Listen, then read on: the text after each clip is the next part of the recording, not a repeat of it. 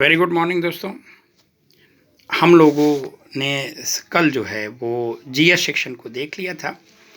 तो ये वही पेपर है, बी सीरीज़ है।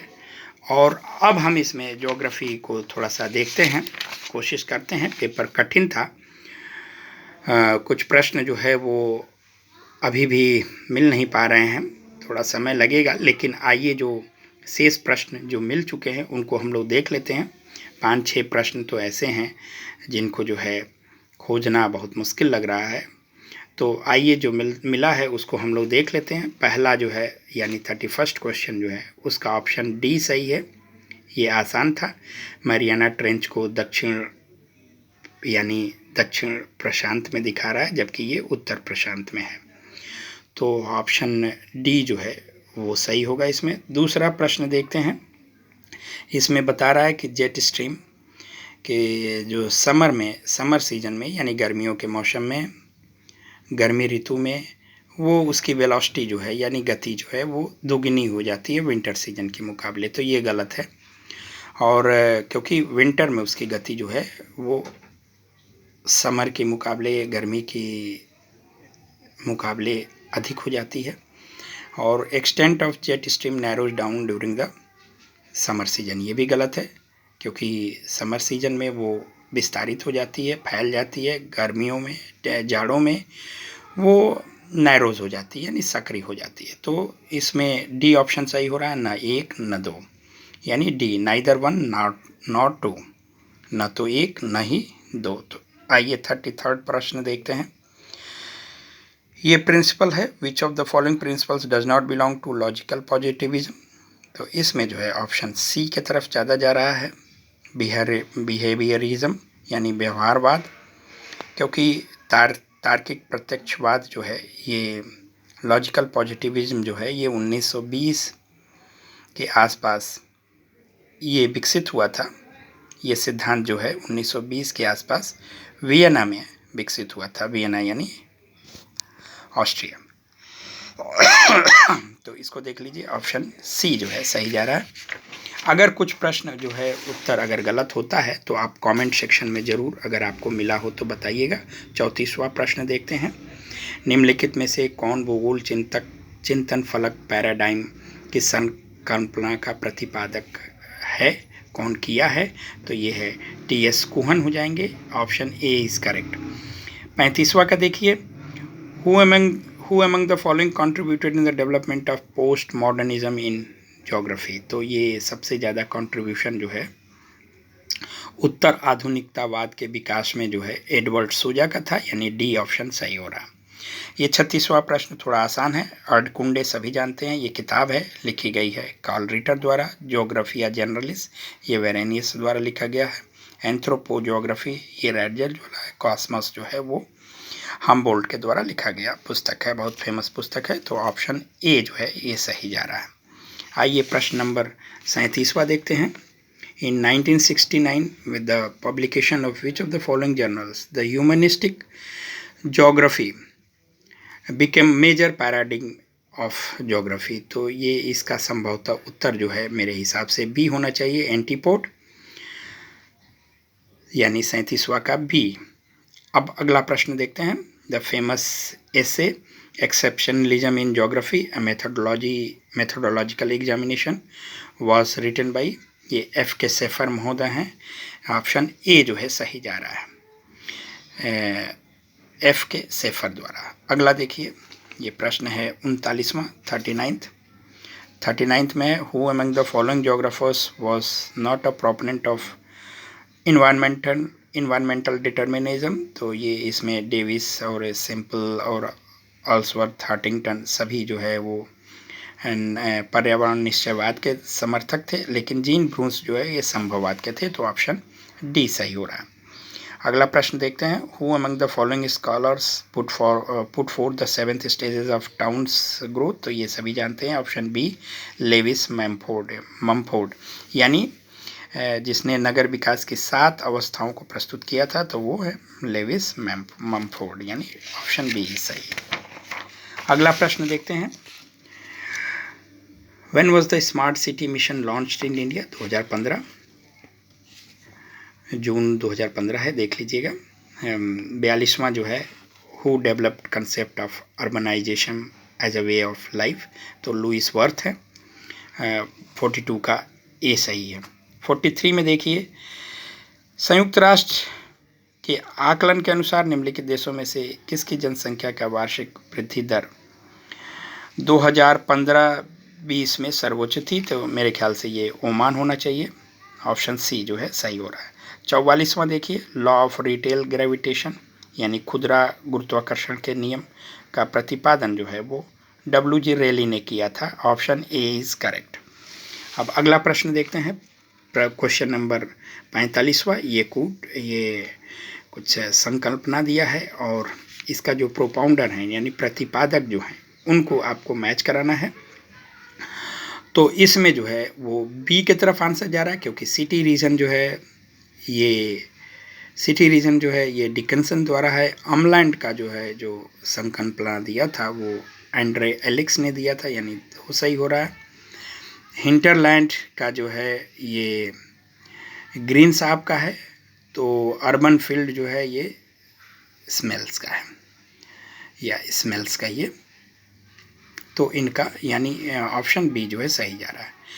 प्रश्न 46 को देखते हैं। A dry point settlement is a human settlement located on a site which is not liable to, यानी सी ऑप्शन जा रहा है, not liable to flooding in a flood prone area, यानी बाढ़ प्रवण क्षेत्र में बाढ़ उन्मुख न हो, इसी को ड्राई पॉइंट सेटलमेंट कहते हैं। ह्यूमन सेटलमेंट का ये बहुत ही खास कंसेप्ट है। जहाँ लो लैंड एरिया है, जहाँ बाढ़ आने की संभावनाएं हैं, वहाँ इस तरह का सेटलमेंट देखने को मिलता है। 47वां प्रश्न देखिए, विश्व के कृषि प्रदेशों के सीमांकन में डी विटलसी द्वारा निम्नलिखित कारकों में किसका प्रयोग उन्होंने नहीं किया था? तो ऑप्शन ए जो है वो सही है, भूस्वामित्व एवं भूधृति, और बकिए जो है कारकों का उन्होंने प्रयोग किया था, बी सी डी, यानी ए ऑप्शन सही है। अब ये अगला प्रश्न है 48, ये आसान है, ये कृषि का प्रकार है, तो इसको मिलाएंगे जब आप तो ये आ जाएगा डी ऑप्शन पे, यानी गहन निर्वाह कृषि जो है वो बांग्लादेश द्वारा किया जाएगा। वाणिज्यिक बागाती कृषि जो है वो आइवरी कोस्ट द्वारा है, और वाणिज्यिक डेयरी कृषि अगर पूछे तो अर्जेंटीना है, और बाजारोन्मुख बागाती कृषि जो है वो है नीदरलैंड्स का। ये देख लीजिएगा, ऑप्शन डी सही है। 49 का अगर हम देखें, निम्नलिखित विद्वानों में से किसने विश्व स्तर पर कृषि का प्रकारात्मक वर्गीकरण 1972 में किया था? तो ये बी है, जे क्रोस्टोविकी। बी जो है ऑप्शन सही है, बी फॉर बॉय, जे क्रोस्टोविकी। 50वां प्रश्न देखिए, 1967 में किसने उत्तर प्रदेश की कृषि क्षमता को 4 वर्गों में अभिनिर्धारण किया? तो ये संभवतः सफ़ी महोदय हैं, हम इसमें श्योर नहीं हैं, इसको देखना पड़ेगा। 50वां प्रश्न जो है अगर आपको आता है तो कमेंट करिएगा। 51 प्रश्न को देखते हैं। इसमें देखिए, ये तेल क्षेत्र दिया है और देश दिया है। ग्रोजनी सभी जानते हैं रूस में है। मीना अल अहमदी ये कुवैत का है। अल घावर ये इराक का नहीं है, बल्कि ये जो तेल क्षेत्र है वो सऊदी अरब का है, अल घावर। और हवा जो है ये ईरान का बहुत फेमस तेल क्षेत्र है। अगला देखते हैं, which of the following is not related to Weber's, यानी निम्नलिखित में से कौन सा अल्फ्रेड वेबर के उद्योगों के अवस्थीकरण के सिद्धांत से संबंधित नहीं था? तो ये है पूरक क्षेत्र होना चाहिए, ऑप्शन सी जो है ये सही होना चाहिए। 52 का देखिए, जेसी वीवर जो है वो अमेरिका के थे और उन्होंने मिड वेस्ट यूएसए में, यानी ऑप्शन सी जो है इसका सही होना चाहिए। अगला प्रश्न देखते हैं, टाइम कम है, थोड़ा सा जल्दी चलना पड़ेगा। 54 प्रश्न को देखिए, निम्नलिखित विद्वानों में से किसने सर्वप्रथम वैश्विक रणनीति दृष्टि model, global strategic view model जो है वो प्रस्तुत किया था? तो मेरे हिसाब से ये एटी महान होना चाहिए, एटी महान, इसको थोड़ा देख लीजिएगा, स्पाइकमैन का भी नाम आता है इसमें, लेकिन ए और डी में कन्फ्यूजन हो रहा है, देख लीजिएगा। ए मेरे ख्याल से ज़्यादा सही है। अब स्पेंसर का देखिए, cultural realms of first and second order of the world have कितने दिया था स्पेंसर और थॉमस महोदय ने, तो ये शायद संभवतः जो है बी होना चाहिए। इसमें हम थोड़ा सा डाउट है क्योंकि ये नोट्स में मिल नहीं रहा है। आप जो है अगर इस पे जानते हो तो ज़रूर बताइएगा। अगला बढ़ते हैं। What is the rank of India in human development index, तो 2021 का पूछ रहा है, तो 131वां है। A option is correct. इसमें है the relationship among power structure, the environment and the economic inequalities इस टर्म डैश, किसको क्या बोलते हैं, तो पॉलिटिकल इकोलॉजी बोलते हैं। शक्ति संरचना, पर्यावरण और आर्थिक असमानताओं के बीच संबंध को क्या कहा जाता है, तो ये राजनीतिक पारिस्थितिकी है, यानी ए इज करेक्ट। 58 देखिए, race is a valid biological concept, it is a group united by heredity, a breed और जेनेटिक और subspecies, it is not a valid socio cultural concept, who gave this statement, तो ये B.S. गुहा साहब का statement है, यानी option D is correct. अगला देखते हैं, 59 प्रश्न देखते हैं। हु अमंग द फॉलोइंग अरब, ये इसको याद रखेगा, निम्नलिखित अरबिक विद्वानों में किसने जो है टालमे की पुस्तक में सुधार किए थे, तो ये अल अदृशी थे, बहुत सारा सुधार उसमें किया टालमे की पुस्तकों में। अगला देखते हैं, who delineated planning regions of India with the help of quantitative maps, अगर ये क्वालिटेटिव मैप्स रहता तो ये पहला ऑप्शन हो जाता, LS Bhatt and VLS Prakash Rao. तो अगर ये क्वांटिटेटिव मैप्स दिया है तो मेरे ख्याल से इसमें जो है अशोक मित्रा जी का नाम आना चाहिए, डी ऑप्शन जो है सही होना चाहिए। अगला है, which of the following is an example of nodal region, तो इसमें सबसे अच्छा एग्जाम्पल जो है नेशनल कैपिटल रीजन है, ऑप्शन डी इज करेक्ट।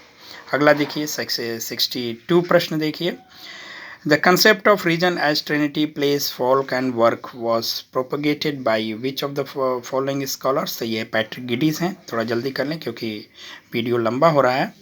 तो इसमें जो है ऑप्शन ए जो है सही होगा, क्वेश्चन नंबर 62 का। अगला देखते हैं, 63 प्रश्न में देखते हैं, R.C. चंद्रा ने अपनी पुस्तक रीजनल प्लानिंग 2002 में प्रादेशिक जो नियोजन किए थे उसमें कितने आधारभूत सिद्धांतों का उल्लेख किया था, तो इसको थोड़ा देख लीजिएगा, ये संभवतः मेरे ख्याल से 7 होना चाहिए। ये देख लीजिए, ग्रोथ पोल थ्योरी जो है F. पेरॉक्स की है, सभी जानते हैं, और स्टेजेस ऑफ इकोनॉमिक ग्रोथ जो है ये W. रॉस्टो का है। सेटलमेंट ज्योग्राफी में जो है सेटलमेंट हायरार्की अगर पूछे तो ये वाल्टर क्रिस्टालर है, तो इससे जो है मिल रहा है, यानी डी ऑप्शन जो है सही हो रहा। 65वां का देख लीजिए, RF वाला है, प्रदर्शक भिन्न वाला है, 1:25,000, इसमें 1:25,000 होना चाहिए, 1:25,000 यानी 1:25,000 होना, यानी बी इज करेक्ट। अगला है 66वां प्रश्न देखिए, who defined regional planning as the process of formulating and clarifying special objective in the ordering activities of supra urban space, ये हैं John Friedmann, D option correct है, ऑप्शन डी करेक्ट है। अगला देखिए, इसमें जो है थोड़ा जल्दी कर दें क्योंकि वीडियो लंबा हो रहा है, वीडियो ज़्यादा देर तक नहीं चल पाएगा, समय इसमें स्पेस कम है, तो इसके बाद वाले में हम तुरंत दे देंगे, अभी दूसरे पार्ट में करके दे देंगे। इसमें जो है 67 का तब तक देख लेते हैं। 67 में ये बुशमैन को दिया सूडान में, ये बिल्कुल गलत है, बोत्सवाना होना चाहिए, तो ऑप्शन बी जो है ये सही होगा, यानी ये गलत मैच किया गया है। अगला देखते हैं, शाला लेक, ये भृगु लेक हिमाचल प्रदेश में है, तो इससे मिल जा रहा है, ए ऑप्शन सही है, इसको देख लीजिएगा, ऑप्शन ए जो है 68 का ए सही है।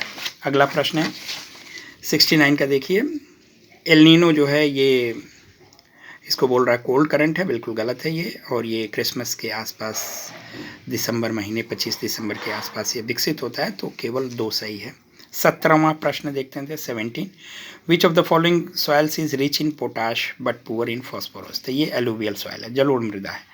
इसी के साथ हम वीडियो बंद करें क्योंकि स्पेस कम है। अब इसके बाद जो है तुरंत हम दूसरा वीडियो दे देंगे। तो नमस्कार, जय हिंद, जय भारत।